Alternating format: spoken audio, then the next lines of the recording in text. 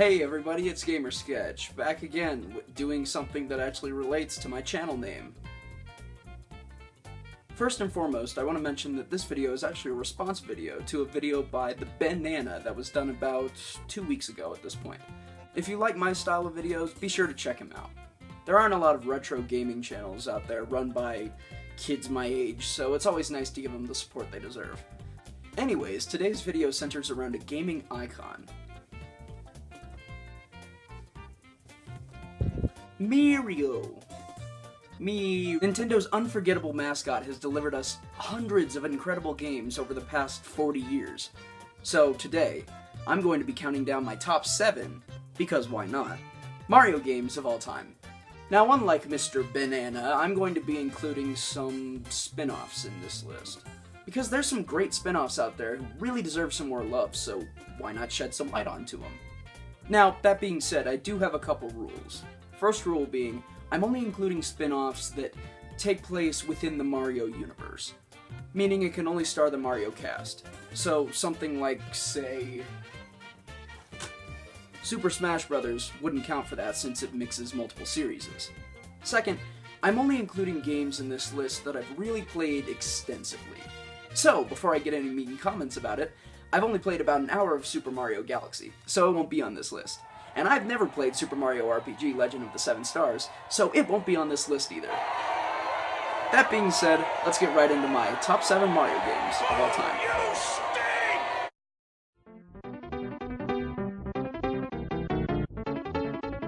I already covered this game in my Super Nintendo overview video, so I won't go into a ton of detail here. I'll just tell you that this game is fantastic.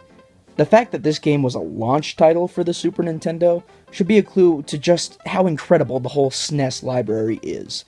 It's slick, fun, creative, colorful, and chock full of personality. It is a near-perfect game that deserves to be played by any Mario fan.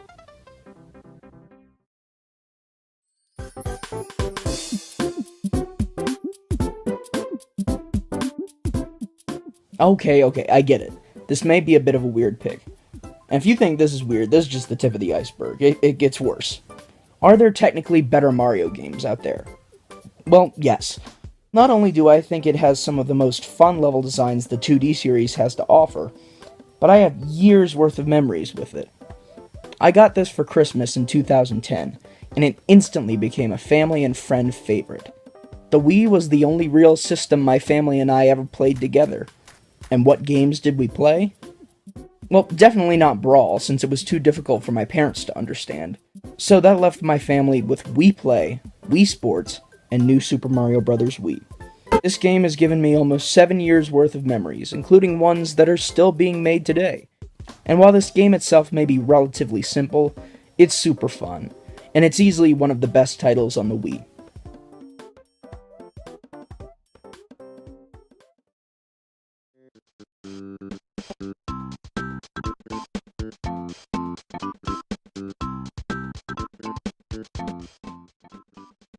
This game could very easily be higher on the list. I'm just not far enough into it yet. I've only owned it for a couple of months now, and I'm only on World 3. But color me impressed. Like my opinion on Earthbound, this game's graphics have aged incredibly well. Aside from some of the gimmicky 3D renderings, I absolutely adore the art style.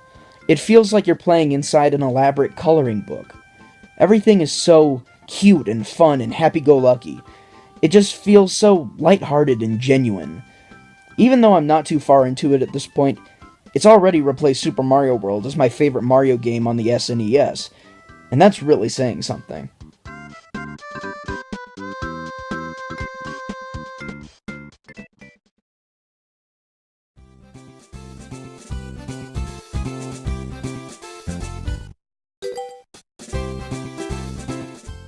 The Game Boy Advance was my first personal video game system. I got a GBA SP from a garage sale when I was about 5 years old. Not long after getting it, I happened to find this game underneath my mom's car tire in a parking lot of a local roller rink. The plastic was bent and discolored, yet somehow it managed to work, and it still works to this day. Man, Nintendo sure does make some quality products.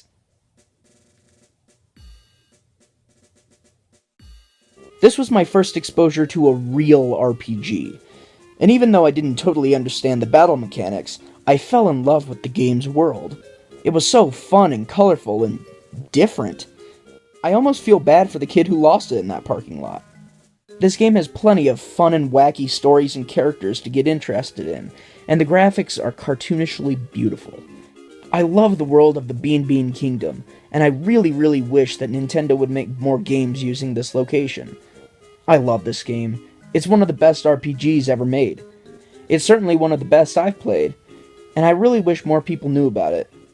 And hey, maybe people finally will appreciate it with that awesome, super unnecessary remake we're getting.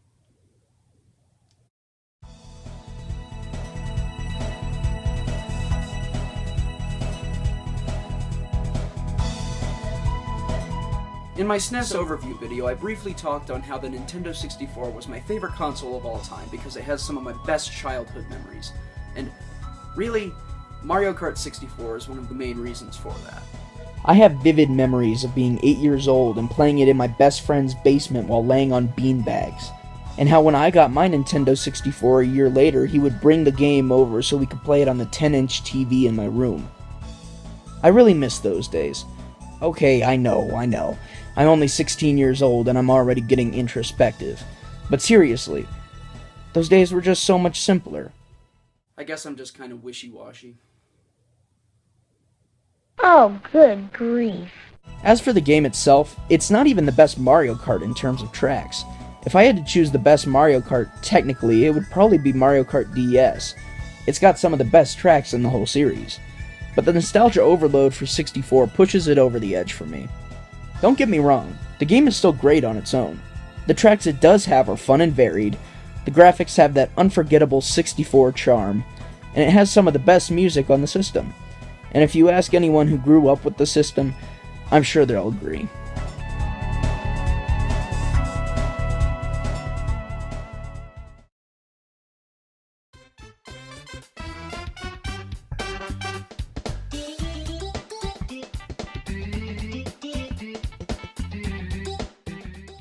This game defines nostalgia for me.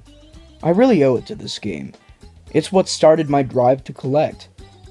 Let me tell you a story. It was the summer of 2010. I was 9 years old and my church was having a yard sale. I stumbled upon a lone box.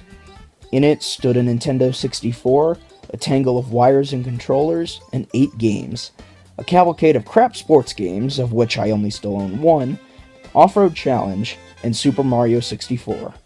Now, understand that this game was kind of a legend with the younger kids in the church. The Nintendo 64 was only for the cool teenagers to play on, so you had to be pretty special to play it if you weren't in the youth group. I had always seen others play Super Mario 64, and I would gaze on in awe and jealousy.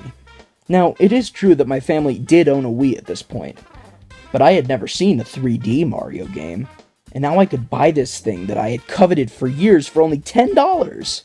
Needless to say, I bought it, and it's fair to assume that if I hadn't, I may have never started collecting video games. Some debate whether or not Super Mario 64 has aged well, and while I can agree that it's definitely a product of its time, overall it's still genuinely good. It's different from a lot of the other Mario games in the way that you traverse and clear levels, but I love it. Unfortunately, like many other 64 games, the music is not great. But that being said, Super Mario 64 also contains one of my favorite songs from any video game ever. You all know what I'm talking about, right?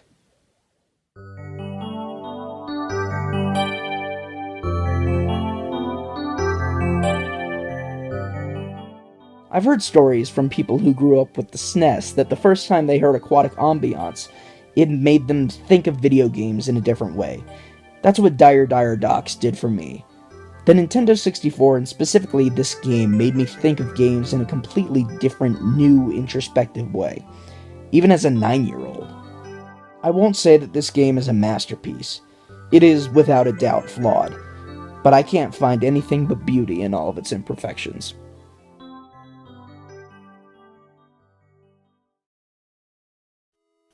Before we get down to what I consider to be the absolute best game in the Mario series, let's take a look at a few of the other games that just barely miss the cut.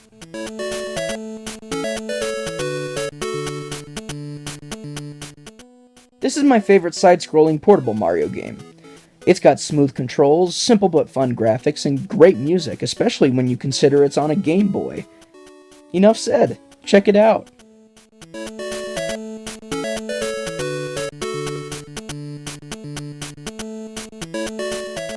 I'm including all three of these because they're all really fantastic in their own special ways. Super Mario Bros. 1 is the first game I ever played, and it's one of my earliest memories. It's simple fun. The second is very different from any other Mario game, especially on the NES, but that's not particularly a bad thing. It's still a great game. Super Mario Bros. 2 overflows with personality. And as for Super Mario Bros. 3, I've never quite understood why everyone was so obsessed with it. It's not at all a bad game, don't get me wrong.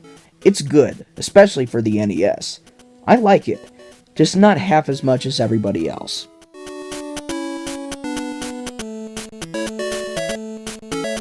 This is easily one of the best games on the Virtual Boy, and it's too bad we haven't gotten a re-release of it on the 3DS. It's essentially an elaborate remake of the Mario Bros. Arcade game, but it's actually, honestly, pretty good. Not to mention you look awesome while playing it.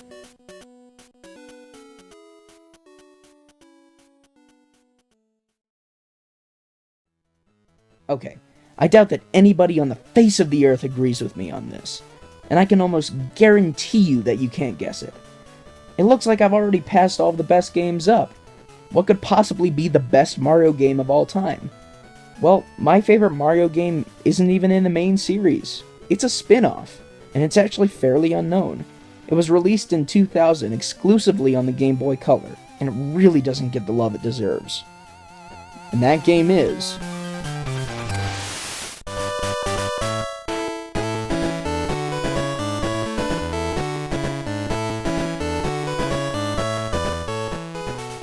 Yes, this game is my favorite Mario game of all time. Let me explain. I won't deny you that a large reason for it being number one is deeply rooted in nostalgia, but it's not just that. Mario Golf for the Game Boy Color is like no other Mario game, not even in the rest of the Golf series. Mario Golf Color is insanely unique. I don't know if there's ever been another game like it. It's an RPG that replaces random battles with rounds of golf. Leveling up gets you better golf clubs. There's boss battles in the form of club tournaments. The ultimate goal is to defeat the 4 club champions and travel to Princess Peach's castle to face Mario himself. There's an overworld filled with minigames to play and NPCs to talk to. The world is filled with so much personality. Your friendly but sometimes intense rivalry with the other club champs is so much fun. There's other parts of the game that are completely unnecessary and are just there to build up this little world. It's great! This was one of the games that came with my Game Boy Advance, and it's undoubtedly the one I played the most. I remember playing it late at night with the volume down underneath my bed sheets so my parents wouldn't find me. Great memories.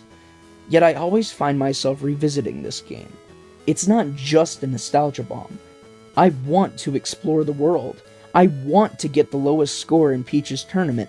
I want to talk to the characters. Something about the world of this game does something very few games have done, at least for me. Similar to the Mother series, the environment feels weirdly realistic, a feat hard to pull off, especially with 8-bit graphics. It connects with me on an emotional level. The Marion Club feels like a high school. The social groups in the game are similar to the ones I see every day at school. And it helps that the graphics are the best the Game Boy Color has to offer. The overworld feels like a stylized mix between Generations 1 and 2 of Pokemon and Earthbound Zero or Earthbound Beginnings. The character designs feel cartoony and fit in perfectly with the Mario universe, so much better than the new game's 3D rendered animated style characters ever will. Everything feels so distinctly Mario, but still has its own identity. Each club feels alive and different, which is supported by the game's fantastic soundtrack. Each piece of music is unique and perfectly fits their situations. It's so good, in fact, that it's one of my favorite handheld game soundtracks of all time. It's right up there with Mother 3, Metroid Zero Mission, and Mario & Luigi Superstar Saga. Needless to say, I love this game. It's a real piece of work. Super underrated. But hey, that also means it's cheap. So pick it up, give it a try, and see if it'll mean as much to you as it does to me.